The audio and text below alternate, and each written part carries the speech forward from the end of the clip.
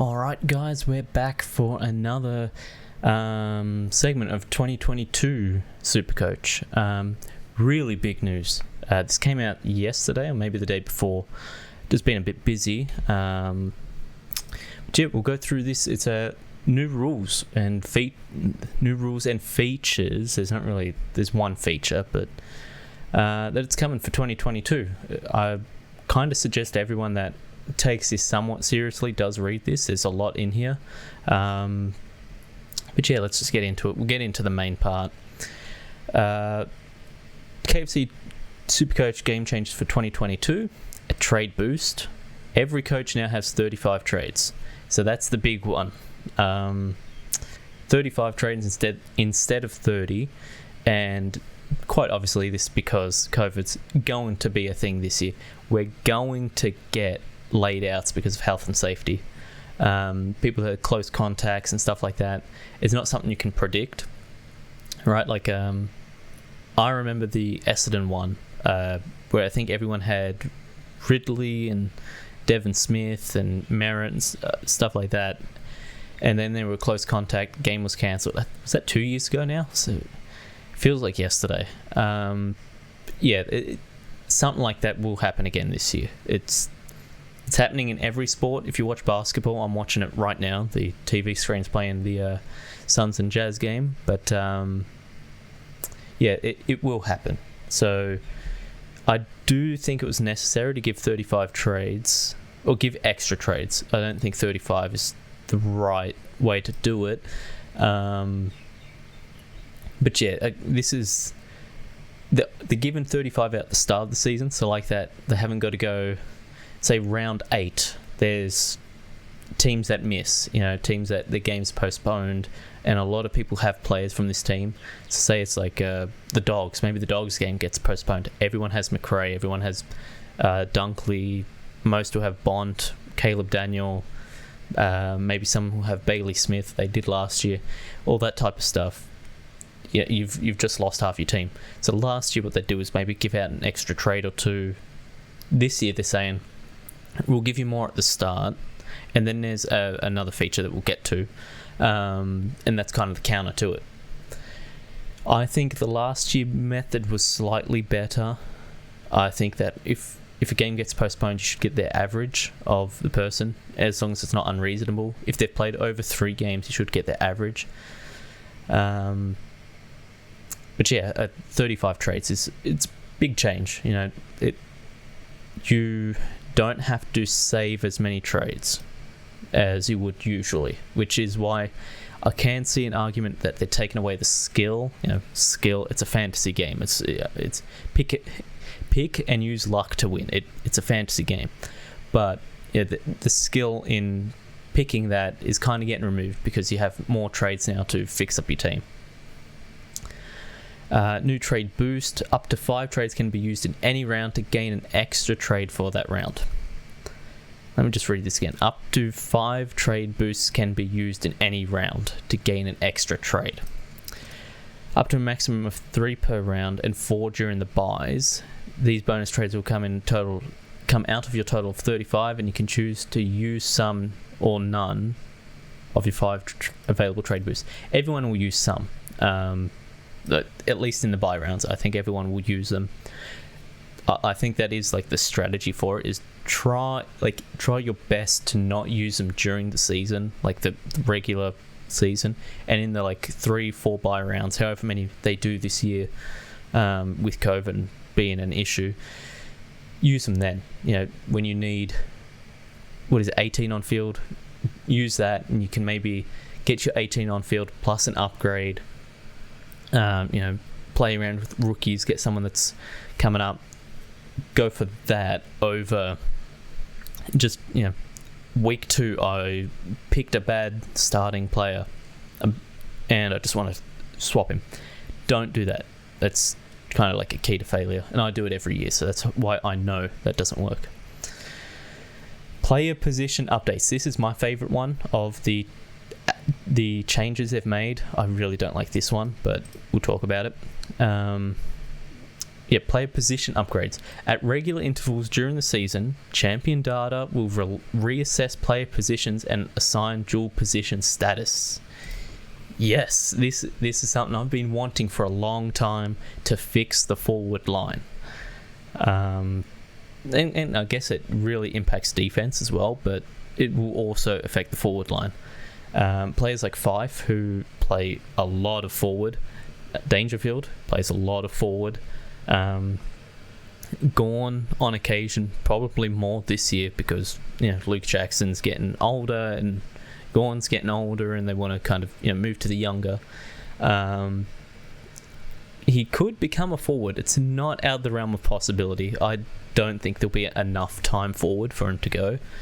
But yeah, this is really a good thing, and it shows that they're watching the game and they're going to give people the position they actually play, which I'm a fan of.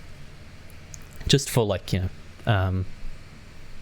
accuracy purposes, I guess that's a good way to put it. Trade update. This one's also pretty big. This one really should be put together with these. All the trade ones, I wish they organised this a bit better. Change your trade plans during a round. You now have the ultimate flexibility to adjust your moves after lockout, providing players involved aren't locked out. Yeah, okay, so if your player's not locked out, they haven't played yet, you can undo the trade. This isn't like a new thing to fantasy sport. Other games do it. I think Sports Deck does it, that you can adjust trades. But the way Supercoach works is like a hard lockout. You make your trades, it hits lockout, that's it. They're in. What they're doing now is the first game happens, the official first lockout happens, but if your players aren't playing on the Thursday, for instance, you can still make trades. You can still play around with that trade and see what you want. You just can't bring in locked out players, which I think is a better rule. I wish the Premier League fantasy had this, but yeah, it's whatever. This one's good. I don't mind this change.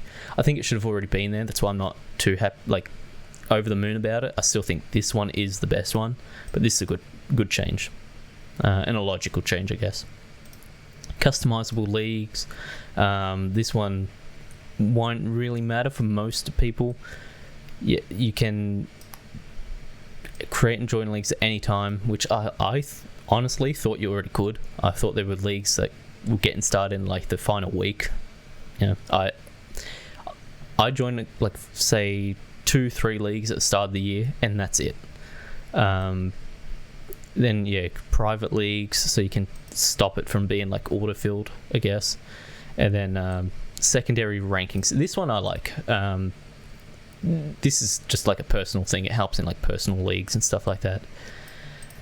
Trade assist. Now this is the one I don't like. This is the only change here where I don't like them doing it. This one, I'm not happy about it. I wish they kept the other way. It's just the other way was inconsistent. This is a consistent, everyone has 35, stop bugging us for extra trades.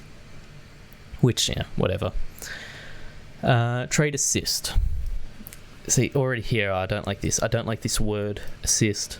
I think this game is already assisting players enough. There's a lot of stats it gives you. Use our smart technology. Wrong. There's no smart technology. It's Herald Sun. To help with every step of the selection process. Intelligent auto pick was already a thing, wasn't it? You could already have it auto pick your team. Help pick a team fast. And look, don't use this. Because it just picks the highest average, and I'm guessing this trade assist is going to do the same thing. It will just pick the highest average player you can afford. I just don't know how it's going to work for trading out people, because it says traded in and out for the upcoming rounds. I don't know how it's going to... I know trading in, it will just trade in the highest average. And the reason why that's not good is because a player can play one game, get a good average, and then get injured. So you don't want that. I think there was a year where there was a rookie who he scored 92, and that was a high average. That it was a rookie price, say 123. So if you went to auto trade, it would always bring him in over anyone else. Say Fife's in a rough patch and ideally you want to bring him in. If you can afford both, it's going to go for the higher overall, which will be the rookie. So I don't use this. They shouldn't have put this in. It's a bad idea. It's going to lead to a lot of people just kind of autoing their teams throughout the season, and one of them is going to get lucky and finish in high ranking for doing no work. You know, like the people that win Supercoach, it should be because I kept up with the team. I, used my formula of evaluating players to win. Autoing isn't something I like to see. Yeah, and see the most popular vice captains. I wish this wasn't a thing, because people are just going to captain the same person now. I mean, it was already a problem with like people would just watch one YouTuber and copy their captaincy. Probably happens the most like George or something like that. People just copy his captain. Or people copied Shorty's team, and they weren't having fun. They didn't get to play the game for like the first 10 rounds. Traded in and out, that was already there, wasn't it? You just had to go to a different page and see who was selecting starting lineup. See, that was already there. And then this is draft changes, which I'm looking at, maybe make a draft thing. We'll see. But yeah, this is a pretty good article. I'd say this is positive because 3 of the 4 changes I liked. I don't count this one. This one I don't like. This didn't need to be in the article. You could just put in. It doesn't really matter. This doesn't change the way I play, except maybe this one. But 3 of the 4 changes were positive. So now into the team. Let's see if this is loading up. Yeah, it is. All right. So not really any changes. Yeah, surprise. I liked my starting team, and I haven't really found a reason to dislike it yet. Lloyd, Hall, Ridley is what I'm sticking with. Very, very likely I'm sticking with. Ridley is just like this endurance beast. He stays on the field forever. He's got a great role. And that's about it. There's evidence that he can score high. That's all I need. Hall, if there was one to take out here, it would probably be Hall, but I feel pretty confident in this. Last year he was good. This year his role's going to be the same. And I think this is fine. Then there's Lloyd, who's just the staple piece of Supercoach forever, it feels like. As long as I've been playing, Lloyd has been like the D1 option. It's just the way it is. Rookies, article came out saying some of these guys are going to play, so you put them in and you wait for round 1. That's how it works, really. De Koning is really the one here that I feel like will play, just being the swap for the Geelong guy that retired, whose name I never remember once I hit record. I guarantee as soon as I finish pressing record, I'm going to remember the name. Midfield, again, McRae and Steele I think are must-haves. These guys I can argue are must-haves, especially Oliver, but these two I think there's not really any way around it. I know McRae but like that's 700k, all right? We're not going over the 100 difference. 700k midfielder, nearly 700k midfielder. That's a lot of money to spend there. But if they were rucks, he would have probably done it anyway for Grundy and Gawn. So I'm okay with this. I think that everyone should have this, and don't worry about the captaincy. It's just I like the Collingwood matchup, round 1. We'll see how that goes. And then as like the supporting midfield, Oliver, Titch, and Neil. I think I've went over this like 100 times in the podcast. These two are just consistent. They get their touches. They score good. They're on a good team. Oliver is on a good team. Titch, I don't even think they can change his role if they wanted to. I think he plays one style for Supercoach, and that's about it. It's not really a winning style in real life, but it is what it is. Neil is Brownlow medalist 2 years ago, or last year, the year before. You know what I mean? yeah, he's good and he's very cheap. He's not injured yet, so keep him in. Berry, I've seen a lot of Brisbane supporters and content creators saying Berry is kind of like that underdog pick this year. Could he pan out? It's pretty likely, like not overly likely. It's not Hall of last year where it was like, yeah, okay, this is going to work. This one, there's a bit more, it could fail, but even if it does fail, this is just going to be Horn Francis. Like, that's pretty easy. Like, this is what this spot is. It's him or a rookie, and I just feel more comfortable with him. Dacos, rookie, he will play, and he'll be all right. I think he just plays the same, like, sort of midfield. He can slide out onto the wing, but he's not going to play there. They've got enough wingers there. And his spot's secure. He's too big a name for the team. He'll be fine. I'm going to guess his name's pronounced Erasmus. Erasmus. Something along those lines. He's, like, crushed all the time trials in Freo, so hopefully it sticks out. So we'll see. And then the bench. Only one here that's going to play is Greg Clark, who is a staple for every team, for rookies. The rucks, Darcy, Grundy, Bruce.